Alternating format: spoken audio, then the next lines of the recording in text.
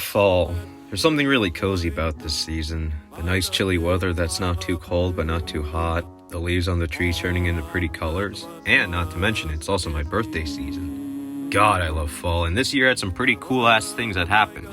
I know I'm literally just doing the super eyepatch wolf format and making a list of my favorite things that I experienced in that season, but I mean, hey, it gives me an opportunity to share some things I've recently experienced without having to dedicate a full video to them, even though I really want to eventually. And by the way, I know I haven't been posting the Royal Series videos. I'm going to do that in 2023, and plus I want to get better at editing first. Anyway, here's my top 10 things of fall 2022.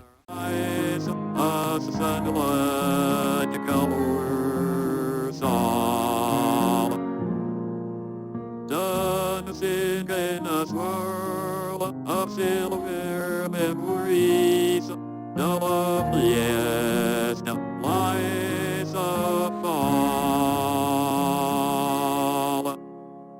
My favorite things of fall 2022. Holy shit, I didn't know I could do TTS. Honorable mentions. It's been 2 years since Wasnt passed away, and the way that I commemorated the occasion this year was to just do a little drawing and watch the vids Mark and Ethan uploaded that day. You know, the Memento Mori ones. God, I miss them. And while there are ways to rewatch all the videos, I feel like it would be disrespecting the message they died for, so I won't.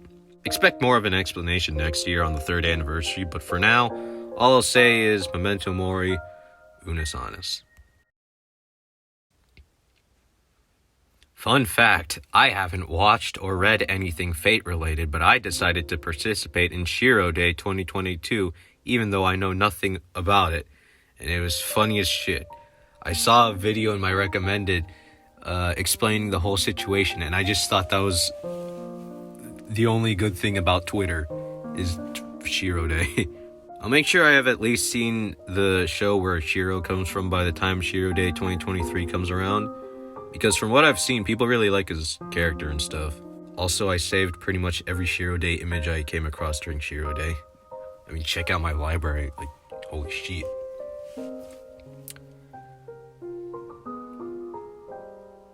Hashtag Funk Dementia. If you don't know what Indieland is, it's a non-stop charity livestream event run by the Completionist and his team. It lasts a weekend, and they do it in order to raise money for the Open Hand Foundation, which researches ways to cure dementia. Basically what they do the entire live stream is play and showcase a bunch of indie games. It's a good way to find out about indie games that might be up your alley and donate to a good cause. I love watching the Completionists' videos, and I make sure I catch the stream every year. This year was no exception. Hopefully next year I won't be a deadbeat and actually donate money, but for now all I can really do is tell people to go watch it and donate whenever it comes back next year.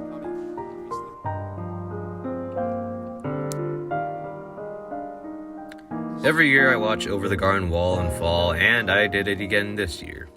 Wow, that's a sentence. Anyway, this is the perfect autumn show, and go watch it if you haven't. It's very nice and very cozy, and it's a nice show to just sit back and relax and not worry about life while watching it.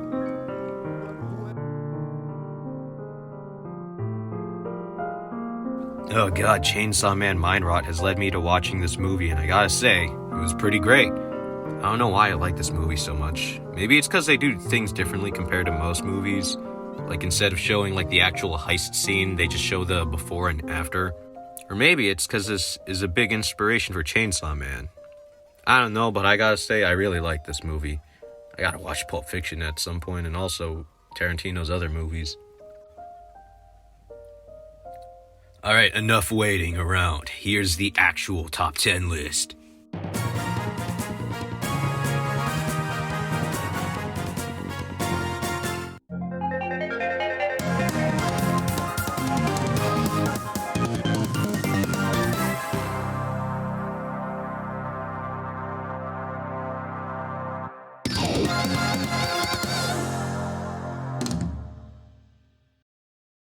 I love City Pop. There's something about it that's nostalgic and brings me back to memories that didn't exist. Kind of like Sticker Brush Symphony.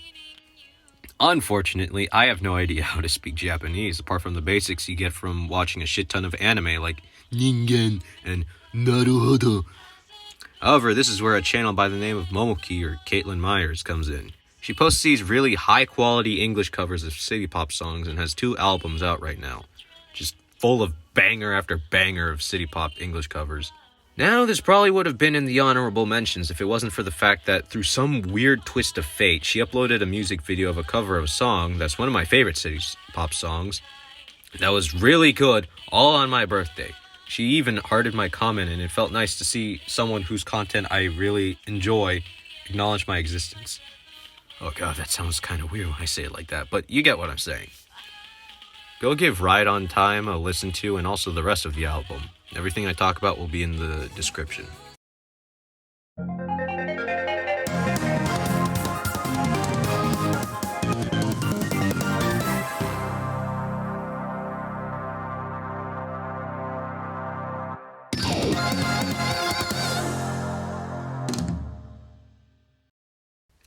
So, in 2019, I decided I was going to participate in Inktober 2019, and while it was a fun time for the most part, afterward I decided to skip out on doing future Inktobers until this year.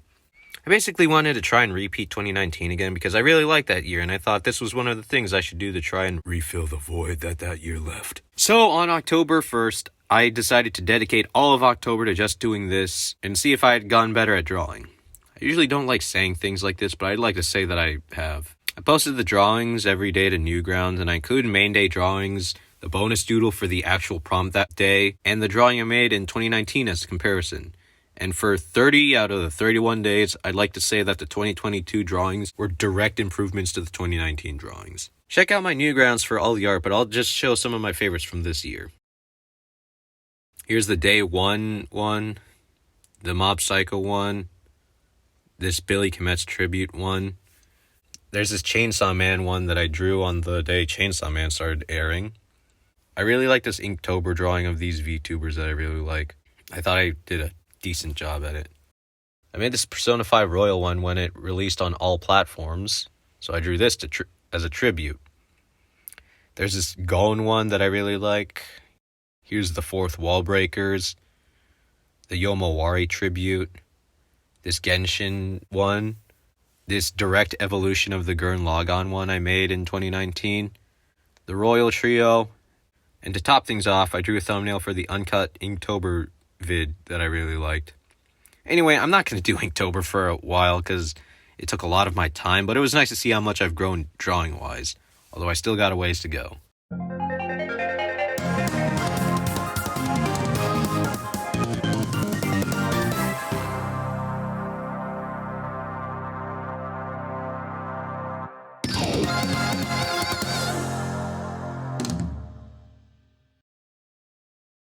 Another thing I did in 2019 was start watching Little Witch Academia, an anime made by Studio Trigger. I finished the first season in 2019 and I thought it was pretty good.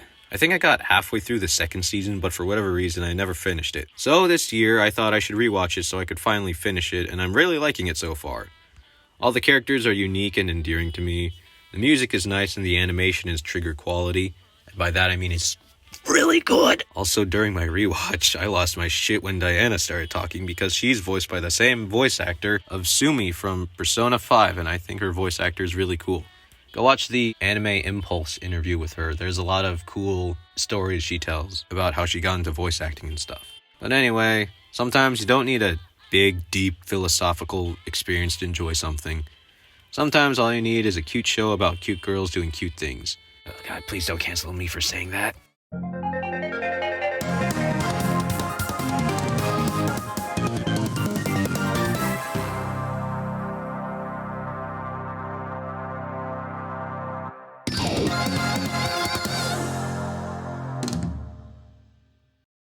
There's something about this game that gives vibes that I'm stumbling down something that will really make me feel the same way that Royal did.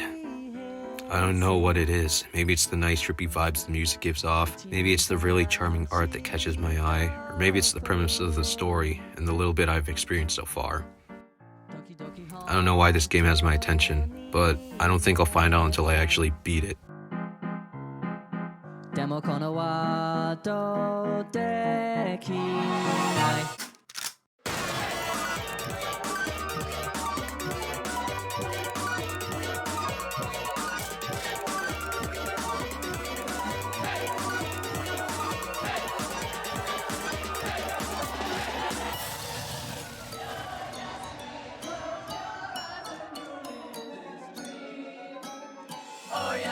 me, oh yeah, sue me. I know that it's hard to do.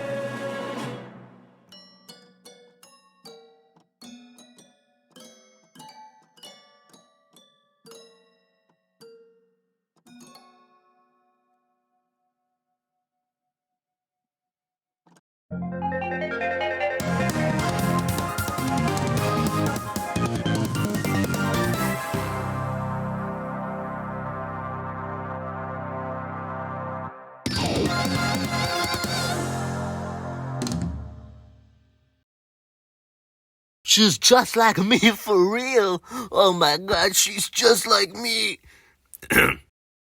I hate YouTube most of the time, but I'm grateful that it recommended me the best way to get my interest in a show. If you haven't seen it, I'll show you the clip I'm talking about. But one day I was just scrolling through YouTube's recommended, and then I got recommended this one clip called Cyberbochi or whatever. I don't know, I should edit this part later, but if you haven't seen it, I'll show you.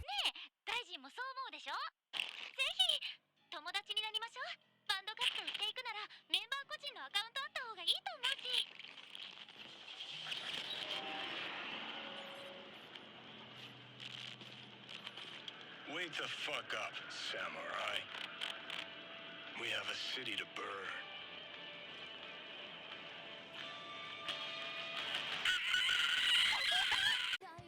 As soon as I saw this, I was sold on it, and my god, if it wasn't for the fact that the things that are higher on this list reach the heights they do, this easily would have been in my top 3 favorites of fall 2022. Bocchi the Rock is an anime made by Cloverworks, the same people who did Horimiya and took part in the Spy Family anime adaptation. And I have no idea why they had to go so hard on the animation, but I'm so happy they did. You got the charming and cute art style for the majority of the anime, but then they do this thing where they change up the entire art style completely for jokes, and it's freaking hilarious. I mean, check this shit out.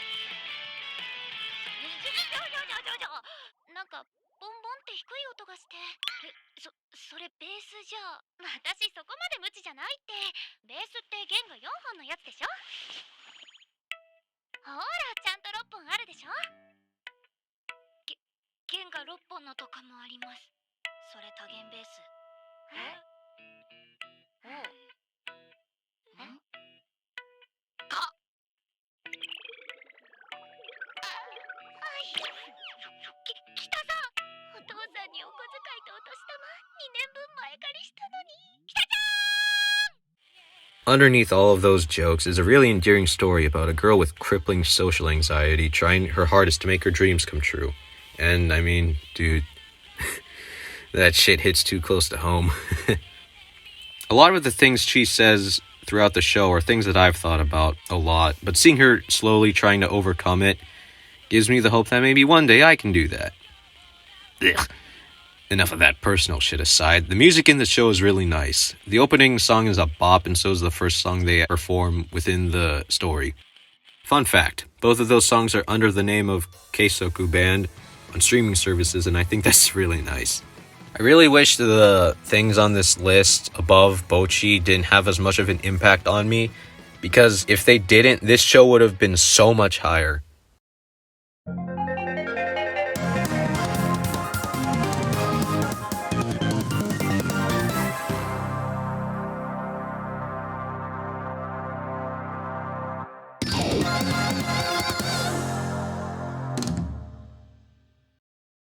Another 2019 reincarnation reliving thing was me playing One Shot on my old laptop before 2020 came in like the shitty year it was and broke it on January 1st. My save file I was playing on in 2019 was completely deleted, and it wasn't even the game, it was from my computer shitting itself. But anyway, one copy of the Steam version later and a rewatch of the Nitro Rad video to reignite my interest in the game again. I booted up One Shot in September, and god, what an experience. I'm gonna make a full video on this eventually because it deserves one, but to briefly talk about this was a one-of-a-kind experience, and I don't say that lightly. I guess you could say I had one shot. The original One Shot had the premise of you only having one shot to play the game. Closing the tab would permanently block your save file and you wouldn't be able to play again. Luckily, they didn't do that in the Steam release, and exiting the game without reaching a save point results in Nico shitting himself when you boot up the game again. He's the protagonist of this game and one of the most endearing characters I've seen in a while. The small cat kid Nico is tasked with bringing the sun to the center of the dying world he's entered in through weird circumstances in order to save its inhabitants. On the way there, you'll meet a colorful cast of characters, and they do a very good job at making you care for the world and feel bad for their situation, which is why the final choice at the end is one of the most difficult decisions I've ever made in my life. Granted, I'm still a dumb kid and I haven't made any actual life-changing decisions yet, but I'm pretty sure when I'm dying at like 30 or whatever, I'll consider whether or not I saved Nico or the world to be one of the most difficult choices I've made. Well, I would say, spoiler alert, it's clear from the get-go that you can only save one of the two, and that would be that. Do you save the world that these characters you've grown fond of live in, or do you save the life of a kid burdened with the fate of the entire world, who just wants to go home and see his mom again? You can't choose both of them, so what do you choose? In the original game, after you made this decision, that was it. Your playthrough was finished. You really had one shot to save the world, or Nico, and no way you could choose the other ending, or save both of them. Or save both of them.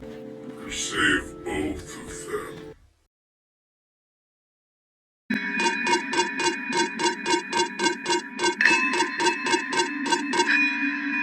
Bro, you just posted spoilers. You are going to lose subscriber. This game had such a damn impact on me. Even months after beating the game, I still think about the feelings I felt after I made the decision to. Hold up, I'm saving this for the actual video I make about this game. And saw the credits roll, and the journey I took to see those credits. Go play One Shot if you haven't already. It overstays its welcome. I clocked in about 6 hours when I finished the game. It's usually on sale on Steam for about $6 USD, and I can guarantee you will feel something while playing this game. Don't take those words lightly. I genuinely mean that. This game is special. Just remember that you only have one shot. Shut the funk up, you little shit. You think you're funny. Shut up, you idiot.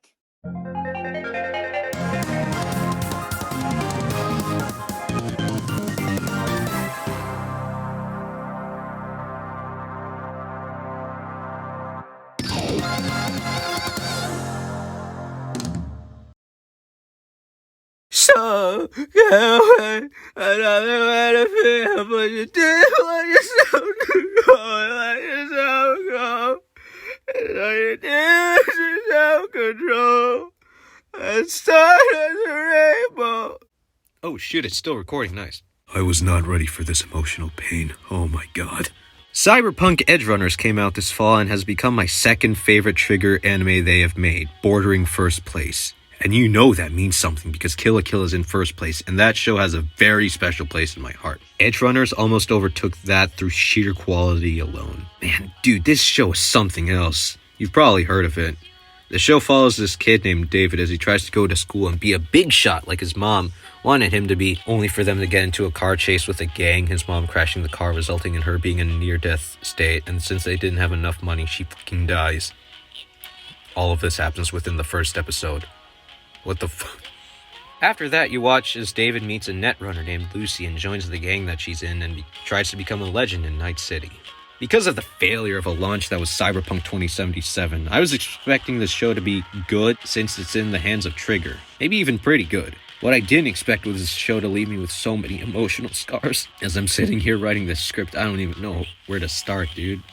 I guess I'll talk about the animation, and my god, Trigger knocked it out of the park. This is easily their best animated show yet. Giving them the ability to animate whatever the hell they want and make it not safe for work as possible allowed us to see people dying. Like, in most shows, when a character gets shot or cut, it just leaves like a small bullet wound or like a scar. When people get shot in this show, you know they get shot. Their entire bodies explode into fountains of blood and their intestines splatter the ground around them. And when people get cut, you see their muscles and their skeletons and shit. It's so cool, and if you aren't good with gore and you've come into this show expecting a fun little time, you're in for one hell of a ride.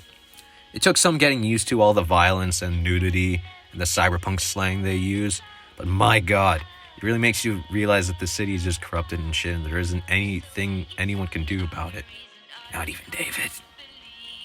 Another thing I didn't expect this show to do is hit as hard as it did, emotional-wise. Like in one episode, you'll go from, yeah, we got the gang back together again, to,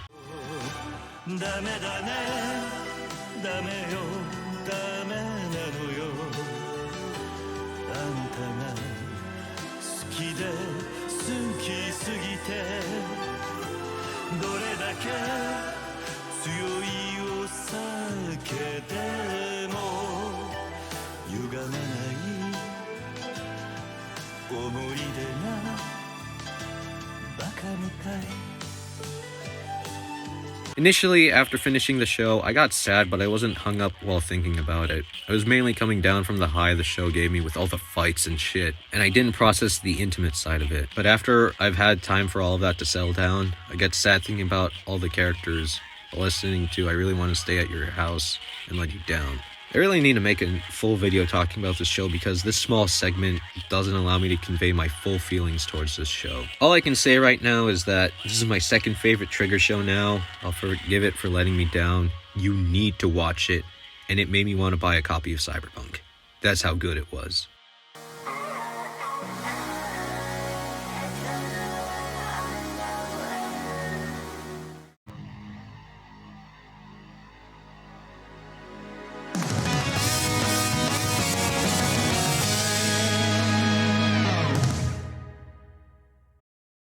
Mob, what do you want? Oh god. Mob Psycho Season 2 was an underrated highlight of 2019. Usually whenever I think about the anime I watched that year, I usually think of like Golden Wind or Kill la Kill or Gurren Lagann. And I completely forget that the GOAT Mob Psycho 100 Season 2 came out as well. It's funny, I was rewatching some of the Season 2 clips to get me hyped up for Season 3, and I went from, oh yeah, I remember Mob was pretty good, to, I was too young to understand this stuff, oh my god. I'm gonna rewatch this show once it's all done, because from the couple of clips I've seen, this show tackled a lot of themes that resonate a shit ton with me now than I was in 2019, because I was too young back then. God, 3 years changes a man. Themes of self-growth and embracing your feelings have resonated with me now than they did back then, probably because I'm older and more dead inside. Also, I'm really worried that this season is going to top those themes because from the very first episode, Mob started to realize that everyone around them is focusing on their futures. And dude, that shit hit way too close to home.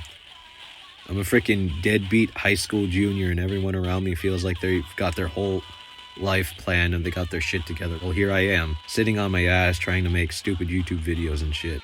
But personal stuff aside, god, they're still knocking it out of the park here like they usually do. Animation-wise, it's still the same godly quality Season 2 had, and the first story arc was pretty cool. Spoilers here, skip ahead 10 seconds because I'm going to say one single sentence that has a big spoiler in it. Anyway, I hope Dimple is okay. My man went from being a piece of shit to MVP in one single episode. I mean, like, dude, check this shit out.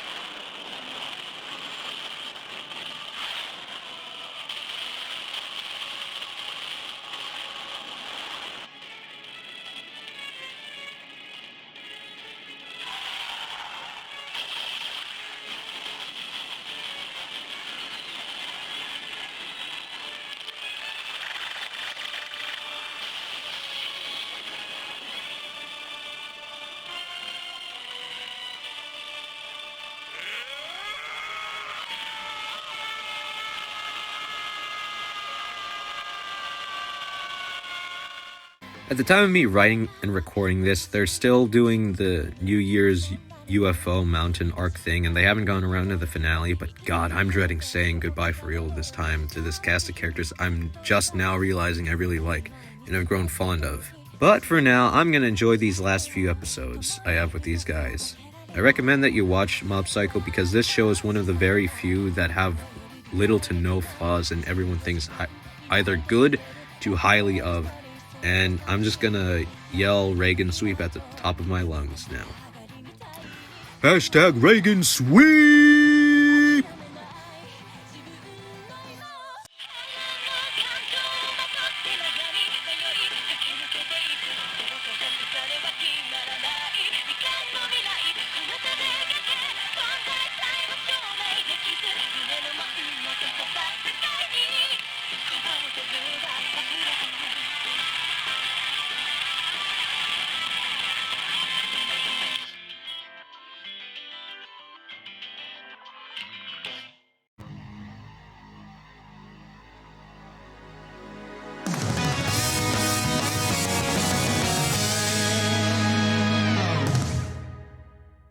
Chainsaw Man, Chainsaw Man, Chainsaw Man, Chainsaw Man!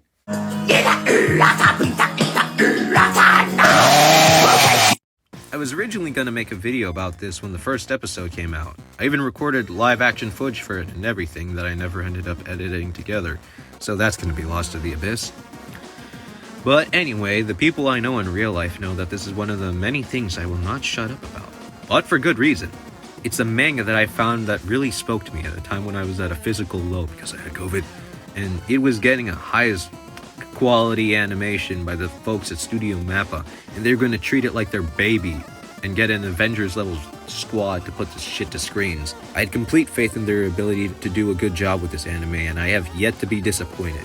Every single episode of this anime is amazing, from the voice acting to the music and sound design, to the pacing and the way they're emphasizing the more intimate moments of the manga, to the animation. Everything about this show is at the bare minimum good, and at its high points, man, dude, this shit goes all the way up to space.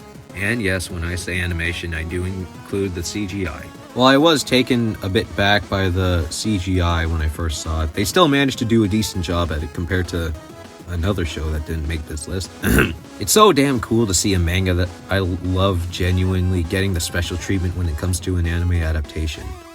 I mean, dude, there's going to be 12 different ending songs and animations. What other anime can you say has had that happen?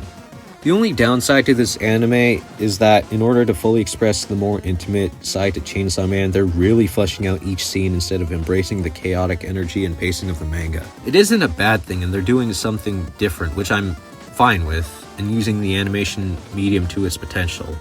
I just think it would have been funny to have the batshit crazy pacing of the manga. It kinda sucks they're only doing up to the Katana Man arc from what I can tell with 12 episodes, but I had this stupid ass idea while thinking about the 12 episode runtime. What if they made the Bomb Girl arc into a movie? I had this idea while talking to a friend back when we only had the first few episodes and I didn't understand the pacing they were going for.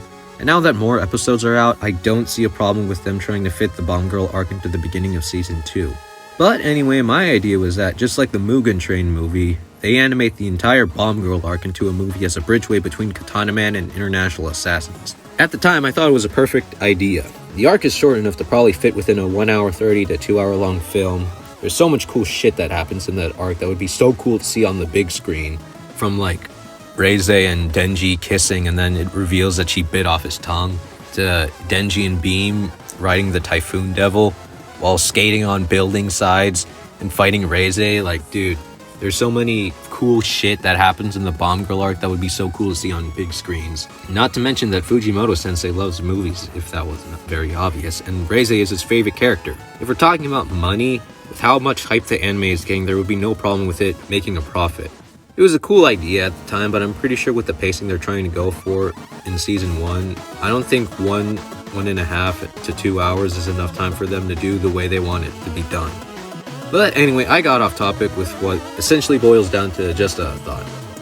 I'm absolutely loving the anime so far, and I can't wait to see the Katana Man fight, because that's where shit gets real and hits the fan. Anime onlys aren't ready for what's coming up next.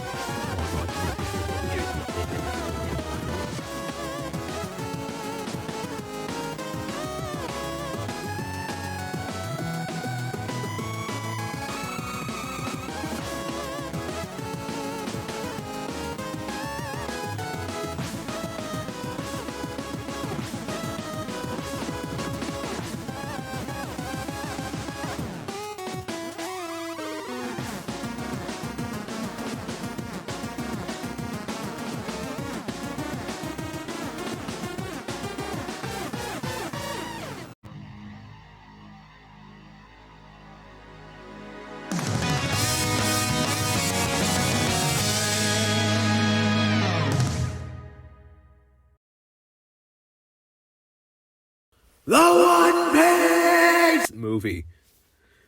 The One Piece movie is real. Shanks made his move. 新時代はこの未来だ世界中全部変えてしまえば変えてしまえば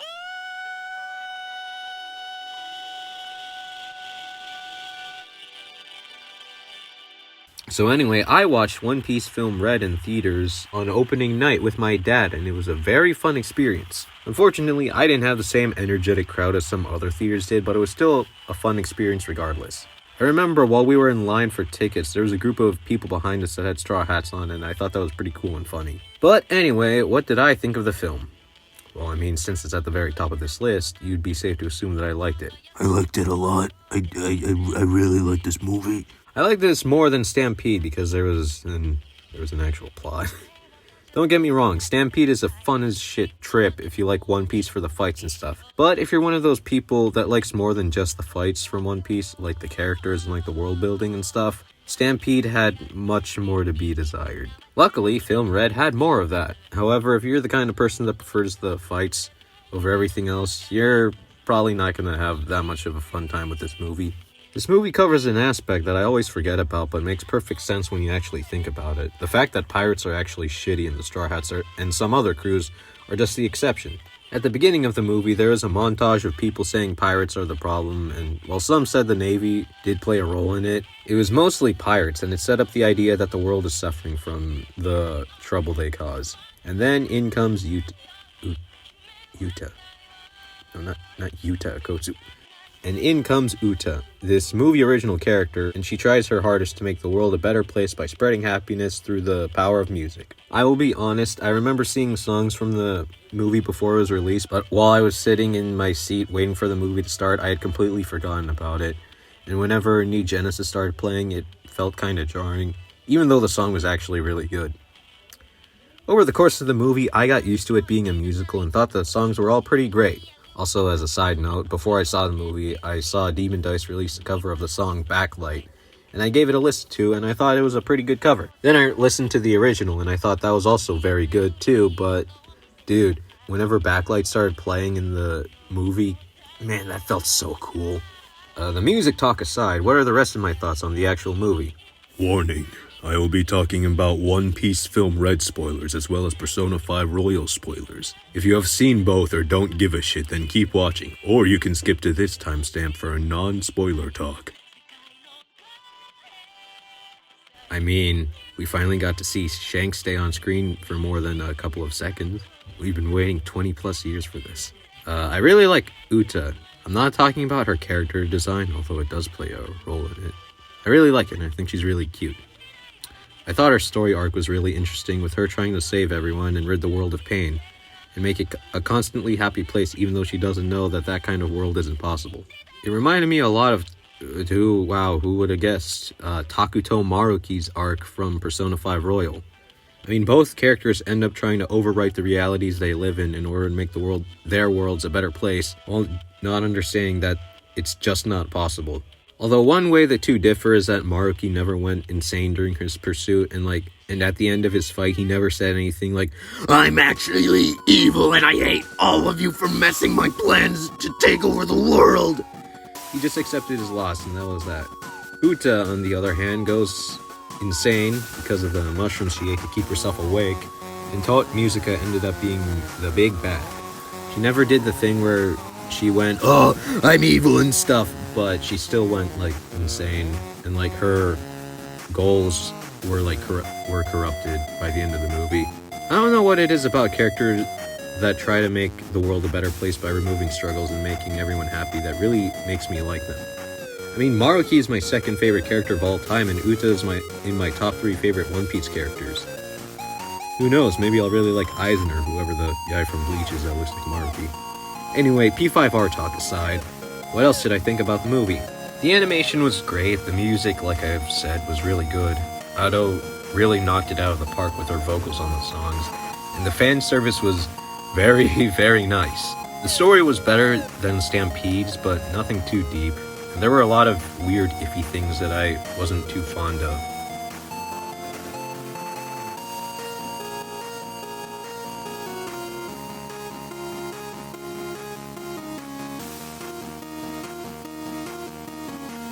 The red-haired pirates showing up during the last quarter of the movie was really cool, even though it was pure fan service. I don't care, it was cool as shit, dude. I mean, everyone in the dream world trying to take out Tot Musica while Luffy just stood there menacingly was cool as shit.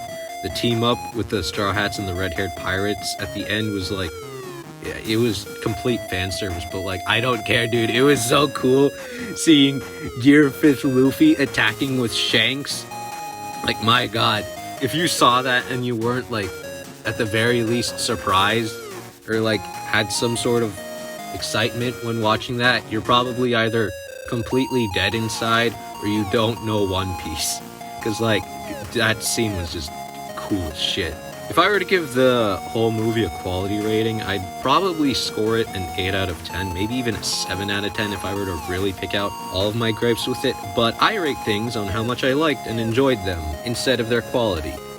And as a One Piece fan, this movie was an 11 out of 10. This movie has been living rent-free in my head for the past couple of weeks, probably because I've been blasting Uta's songs on repeat. I really like New Genesis, Backlight, and Tot Musica the most. Dude, the vocals on Tot Musica are crazy. Also, I'm grateful Film Red introduced me to Ado. I didn't know she was the one who made Usewa and all the other bangers she made. Dude, her voice is freaking otherworldly. My god. Also, when I found out that she's only 20 and she was 17 when she first made Usewa, fucking blows my mind. She was 17 when she made that. Meanwhile, I'm 17 right now, and all I can say that I accomplished with my life is that I made some journals, and I can kind of draw good. She could have been my upperclassman back in my freshman year. And see her get this far in life is kind of inspiring and really fucking cool. Anyway, that's besides the point. I ended up gushing about Otto because she's really cool. And stop talking about Film Red. To sum things up, I really like Film Red. I really like Uta. I'm grateful Film Red introduced me to Otto. And this was my favorite thing of fall 2022. And to cap things off, Film Red Swing!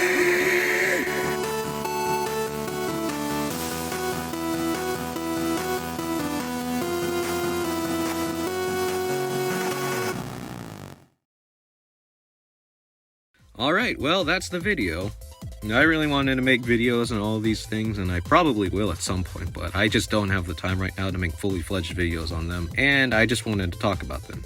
I don't know if or when I'll make another video like this again. If Super Eyepatch Wolf sends me a threat to not make these kinds of videos anymore, then I'll gladly stop. Knows me, senpai. I'm currently not really working on the Royal series right now. I still need to fully plan out what I want to talk about, as well as sort out some other things in real life before I can start that. Don't expect any Royal related content for the rest of the year, but I can guarantee there will be a video of that releasing in January of 2023. I might try to make a favorite games played in 2022 vid by January 1st, but I don't know, we'll see. Anyway, if you made it to the end of the video, here's the obligatory Please like the video and share it and comment what thing on this list piqued your interest the most, or if you've seen any of the shit I talked about, feel free to comment your thoughts on them. or tell me how bad this video is. I'm hoping this gets at least 50 views. Alright, I've talked your ear off long enough. Take care of yourself. I'll see you on the flip side. I hope you have a happy birthday. Peace.